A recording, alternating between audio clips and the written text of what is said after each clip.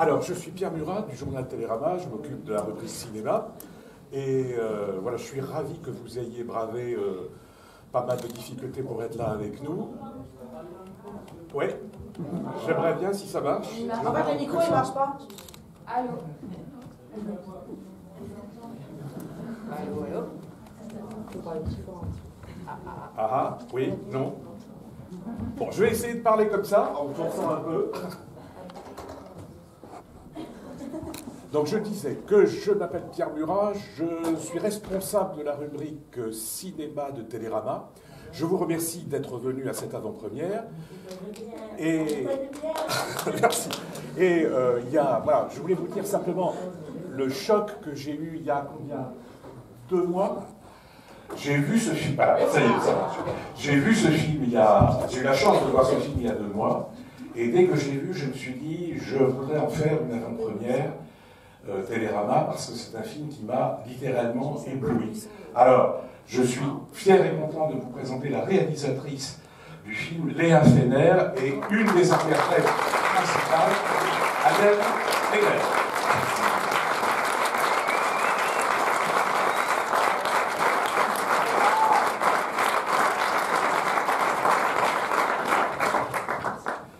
Alors, comme le film est long, et quand je dis que le film est long, c'est pas qu'il y a des longueurs. Il pourrait encore durer pas mal de temps, qu'on en serait content, mais malgré tout, comme il est long, donc je vous propose vraiment de poser les questions, parce que vraiment, Léa et Adèle sont là pour vous répondre.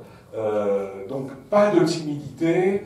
Plus vite vous poserez les questions, plus elles seront nombreuses, et plus l'actrice et la réalisatrice seront contentes de vous répondre. Alors, est-ce qu'il y en a déjà une? Est-ce que vous avez aimé le film? C'est quand même ça. Une question. Tout de suite.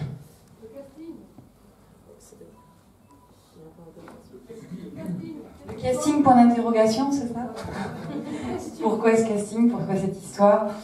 Waouh, on nous entendait pas tout à l'heure, et là on nous entend très très bien. Donc on va essayer de parler plus calmement pour vous casser les oreilles. Très particulier le casting, avec beaucoup d'aléas, beaucoup d'histoires. Je crois que de manière très, très naïve et très sincère, j'ai cherché les meilleurs comédiens pour chacun des rôles. Et il s'est passé de manière, oui, ceux qui allaient pouvoir abandonner quelque chose d'eux, transparaître, composer et s'amuser avec les personnages avec lesquels nous on avait pris un plaisir fou à essayer de les dessiner, de les affiner, de les rendre épais. Voilà. Donc des comédiens qui avaient du coffre, qui avaient un désir comme ça de pouvoir porter quelque chose de plus flamboyant et excessif, qui pouvait avoir du panache, qui avaient des personnages singuliers qui allaient pouvoir comme ça foutre un grand coup de pied dans tout ce que nous on avait écrit et surécrit et amener le souffle comme ça de leur personnalité dans notre texte, dans notre projet. Mais en disant ça, je tais un peu le chemin un peu plus singulier de ce casting-là de film, même si le désir il est commun à tout réalisateur. En fait, ce qui s'est passé, c'est que cette histoire, elle est mienne, comme je pense pour beaucoup de cinéastes, quand on se plonge dans l'histoire d'un film. Mais c'est vrai que j'ai grandi dans ce milieu-là, dans ce milieu qu'on voit à l'écran. J'ai grandi sous les chapiteaux, je suis un peu comme les mômes là, qui se faufilent sous les gradins. Je ne vole pas du tout de sac, ne vous inquiétez pas pour vous ce soir. Voilà, c'est ça. Plus. Mais mon fils était par contre terriblement heureux de le faire. Ça va être difficile pour... bref. De remettre un peu dans les cadres après ce tournage-là. Et enfin, tout ça pour dire qu'on a essayé de plonger dans ce réel, dans ce qu'on avait vécu, de comme ça inscrire les racines de notre récit profonde, peut-être dans une part de réalité, mais pour pousser comme ça les branches de notre film haut vers la fiction. Donc de toujours être dans cette espèce d'ambivalence-là. Et on a commencé par malaxer l'histoire de ma famille, condenser, ne pas hésiter à trahir et à réinventer ce qu'ils avaient partagé, parce que j'avais à cœur de partager cette voracité-là que j'avais pu voir dans mon enfance. Et puis à un moment dans l'écriture, on s'est trouvé un peu seul, on a eu envie de chercher la voix du groupe. Et à ce moment-là, j'ai demandé à la compagnie de mes parents d'improviser sur le texte qu'on avait écrit, de le mettre en pâture, de tenter un peu ce qu'on fait rarement au cinéma et que moi parfois je jalouse, c'est cette écriture de plateau, où le texte qu'on invente, il se confronte au corps qui vont le défendre. Et il s'est passé quelque chose de très singulier qui est que mon père, ma mère, ma sœur, les membres de la troupe ont accepté de jouer avec le feu de ces histoires qui pouvaient avoir une parenté avec ce qu'ils avaient été, de manière très calme, très tranquille et en même temps très intense.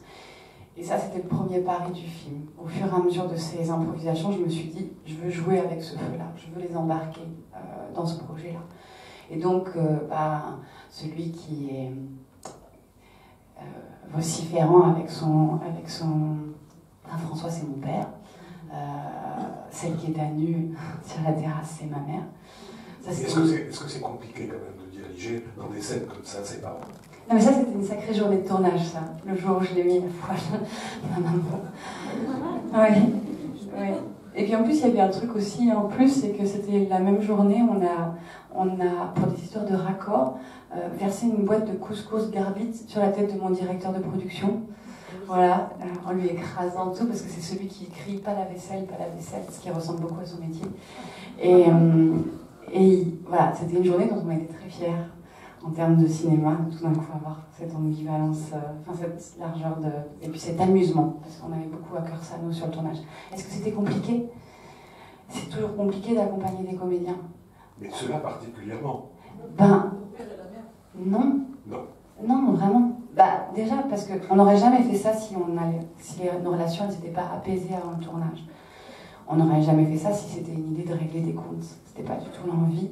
Et oui, moi je trouve que c'est compliqué et c'est un défi et c'est très beau d'accompagner tous les comédiens, mais que ce soit Adèle ou mon père, que ce soit Marc ou Marion. Après, c'est des difficultés différentes et c'est des histoires de partage différentes. Alors bien sûr, je les connais par cœur. Donc le moindre masque qui pourrait se mettre à emprunter, moi je le traque de manière encore plus intransigeante. J'ai un désir comme ça de pureté avec eux qui est un petit peu des fois démesuré, parce que je les connais jusqu'au trognon de l'âme. Et en même temps, il fallait des fois que je laisse un peu la porte ouverte à leur plaisir aussi de composer là-dedans, parce que c'est pas eux, parce qu'ils sont ouverts à la possibilité de l'amalgame, et ça j'en suis hyper reconnaissante, c'est généreux de leur part. Mais c'est pas eux, c'est quelque chose qu'on a réinventé pour pouvoir le partager avec le public. Et après, voilà, parce que le casting, c'est aussi Adèle, c'est aussi Marc, c'est aussi Lola, c'est aussi des rencontres comme ça extrêmement fortes chez des comédiens qui, moi, me bouleversent au cinéma, qui sont tous les trois très différents dans leur rapport au jeu, mais je vais pas vous raconter pourquoi. Mais Adèle, par exemple, vous êtes une comédienne, dit-on, exigeante, c'est-à-dire que vous n'acceptez pas n'importe quel film. Vous faites une carrière jusque-là magnifique. Quand on a un rôle comme ça, on l'accepte tout de suite, on hésite? Je prends quel micro? Celui-là. Bonsoir. Merci, déjà, c'est gentil. En fait, moi, j'ai lu le scénario finalement dans des circonstances singulières, ce qui fait je l'ai lu sans savoir que c'était possible de jouer dedans. Et déjà dès la lecture, c'est un film qui m'avait frappé par ce que racontait Léa, c'est-à-dire cette espèce d'entremêlement entre une connaissance hyper pointue du terrain et une volonté de faire un film généreux, artistique, ouvert et aussi infidèle peut-être à ce qu'est vraiment la vie, quoi. En tout cas cette vie-là. Et là-dedans, je trouvais que dans cette espèce d'équilibre-là, il y avait un truc super intéressant. Enfin bon, après c'est de la théorie, mais je veux dire, en fait, en lisant le scénario, je me suis dit, moi, c'est sûr que si on me propose de jouer dedans, j'ai envie d'accompagner ça, quoi. Parce qu'il y avait une démesure, des scènes qui s'annonçaient quand même assez jubilatoires, notamment par exemple la scène du couscous. Je sais pas, moi j'ai adoré cette scène, c'est génial, on dirait que ça fait un peu bataille dans le village d'Astérix, quoi. Et d'ailleurs, j'ai négocié pour être la première à jeter du couscous. C'est à peu près la seule chose. Que tu as négocié. Que j'ai négocié pendant le film. Mais du coup, il y avait ça, il y avait ces scènes-là qui étaient. Qui promettaient vraiment de s'amuser beaucoup au moment du tournage. Aussi. Et Celentano, pour toi d'ailleurs? Adriane? Alors là, des fois on fait des choses simples sans penser, parce que je trouve ça merveilleux, parce que moi ça me fait danser, parce que moi ça me fait rire, une musique aussi généreuse et qui a envie d'entraîner. Et qu'à partir du moment où je l'ai mis sur la bataille de couscous, après je me repassais la scène en boucle, et le monteur qui est aussi là, ou alors il s'occupe de ma fille parce que c'est mon compagnon, bref. Et ben lui il en avait ras le bol, il dit ok tu aimes, c'est Celentano, d'accord, on peut passer à la séquence d'après. Voilà. Mais après, on en parle avec sourire, mais c'est vrai parce que il y avait, moi derrière l'envie, moi j'avais envie de ne pas être fidèle à quelque chose qui était biographique, certes, mais de retranscrire un souffle, voilà, qui m'avait marqué, d'essayer de le faire partager. Et ce souffle a sa part de romanesque, et ce souffle, parce qu'il y a du romanesque dans ces choix de vie comme ça qui vont à l'attaque de la route, du présent, du désir de partage du théâtre, et qui le font en osant la transgression, en ayant plaisir à l'excès, en ayant comme carburant comme ça le fait que sans cesse les choses doivent se renouveler, et qu'on est insatisfait du présent, qu'on a un désir comme ça de mouvement. Et ça y est, j'ai perdu mon idée. Pourquoi Celentano? Pourquoi les batailles de couscous? C'est le plaisir. Oui, voilà. Et c'était que on en parle avec un sourire parce que ça a été quelque chose d'assez joyeux à faire. Et parce que derrière moi, la voracité, la force de certaines histoires que j'avais envie de raconter, j'avais envie que chaque fois se mêle la question de la fantaisie et la condition de l'amusement. Comme ce que tu dis, c'est-à-dire que pour explorer toutes ces questions qui sont liées au groupe, eh ben, on ne peut pas faire l'impasse des moments où il y a besoin d'air, il y a besoin de jubilation, il y a besoin d'exutoire, comme ces scènes-là. Voilà. Et par exemple, je vous donne la parole tout de suite, mais la séquence, par exemple, toutes les séquences des représentations, comment ça se passe? C'est-à-dire que tout ça a été calculé, parce que les mouvements de caméra sont absolument prodigieux. Cette façon de suivre l'un, de partir vers l'autre, ça s'est passé comment? Comment on prépare ça? Alors déjà, ce qui était très précieux pour nous, c'est qu'on avait finalement cet objet-là à préparer, qui était celui du spectacle, et qui permettait qu'on avait un objet comme ça de répétition, d'épuisement, qui n'était pas celui de la scène. Voilà, qu'on pouvait conserver comme ça, l'espèce de plaisir des premières fois, qui est quand même, voilà, ça le cinéma aussi, l'art des premières fois, de cette émergence-là, mais qu'en même temps on pouvait souder la troupe, la faire se rencontrer, souder la troupe, la faire se rencontrer, faire qu'elle existe, cette troupe singulière. Vous me posez la question du casting, et effectivement, il fallait donner une âme, une histoire, un passé à des gens qui étaient en train de se rencontrer. Et sur ça, j'ai été aidée parce que c'est tous des grands curieux. Voilà, et des curieux des uns et des autres. Donc, voilà. Et donc on avait ce spectacle qu'on a répété, comme ça, qu'on a défloré, qu'on a essayé d'inventer. Moi, c'était quelque chose qui me terrorifiait, parce que ce mot-là n'existe pas. Mais voilà, c'était donc très haut. Parce qu'il y avait à la fois à porter un film, mais en plus à créer un spectacle, mais en plus à se dire ce spectacle, il faut que je le fasse ressentir et pas qu'il existe dans sa durée. Donc il ne doit avoir de cohérence que celle que la caméra va capter et pas celui du spectateur de théâtre. Donc c'était une espèce de casse-tête chinois terrible. On en a eu des sueurs froides avec la script, on ne comprenait rien à rien. À un moment, c'était une langue étrangère pour tout le monde. On était deux à essayer de comprendre que... Enfin, voilà. Mais parce que voilà, c'est un art très collectif, le cinéma, et toutes ces discussions-là, que ce soit avec la script pour cette raison-là, que ce soit avec tous les autres collaborateurs, sont quand même cruciales. Et puis pour la question du mouvement... Parce que ça bouge tout le temps. On se dit, elle a dû tourner ça pendant 5-6 jours, en recommençant sans cesse, non? Moi, alors, il y avait un mot, enfin une phrase que moi j'aimais beaucoup, qui me servait pour essayer de définir un petit peu la manière dont on allait attaquer l'esthétique du film, qui était « je veux que le fond mange la forme ». Et on avait, voilà, chacun ses mantras, mais parce que j'avais envie que la forme du film soit à l'image de ce que les personnages défendent, de ce que les personnages ressentent, de leur pulsation. Et donc c'est pour ça que très vite avec le chef opérateur, on a parlé de cette caméra danseuse, de cette caméra sans cesse en mouvement à l'image de personnages, cette caméra qui ne s'arrête pas, qui ne se donne pas de répit, comme ces hommes et ces femmes comme ça qui questionnent sans cesse leur désir de continuer. Enfin, voilà. Et comment elle allait faire le lien entre les êtres, parce qu'ils sont nombreux et parce que c'est ça dont on avait à cœur de parler, la question du groupe, et qu'il fallait comme ça quelqu'un qui nous embarque, spectateurs, au milieu de ce foisonnement. Après, comment on fait? On tente, on travaille. C'est un film où il y a eu beaucoup de collaborateurs extrêmement précieux, enfin, vraiment, où j'ai eu une chance folle là-dedans, qui tous, autant qu'ils étaient, n'avaient, je pense sincèrement que comme but premier, celui d'essayer de capter la pulsation du groupe de comédiens. Et pas de faire une belle image, pas de faire un montage rythmé et haletant, pas d'arriver à capter ces sons qui vont dans tous les sens, même si c'est ça qu'ils ont fait au final. Mais leur premier désir était ça, de suivre cette pulsation. Et toute la réflexion était concentrée vers ça, comment créer les conditions pour que cette troupe existe et pour que ce soit elle qui nous embarque et pas nous qui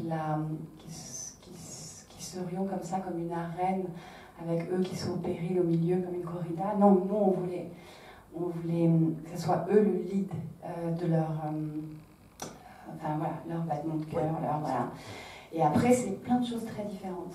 C'est parfois des mouvements extrêmement décidés, où on les répète comme ça, exactement, pendant 10, 13 prises, enfin voilà. Moi, je pense que je suis quand même d'une génération où on a appris à faire des films avec ces moyens-là qui sont plus la pellicule, et que donc il y a quelque chose qui s'est inscrit dans notre manière de faire qui ne travaille pas forcément toujours avec l'épuisement, mais où, oui, les répétitions, elles sont toujours... Enfin, la caméra doit être là et elle mobilise. Bon, ça c'était une parenthèse sur l'histoire numérique. La pellicule, c'est voilà, une autre discussion. Mais voilà, 13 prises avec cette décision qu'on avait très fort, de se dire qu'on va créer quelque chose où c'est tout le temps circulaire, où il n'y a pas de frontière entre la scène, les coulisses, pour donner à ressentir vraiment ce qu'un spectateur de théâtre peut ressentir, et qui est cette dépense physique d'énergie, et ce don-là qu'ont ces hommes et ces femmes.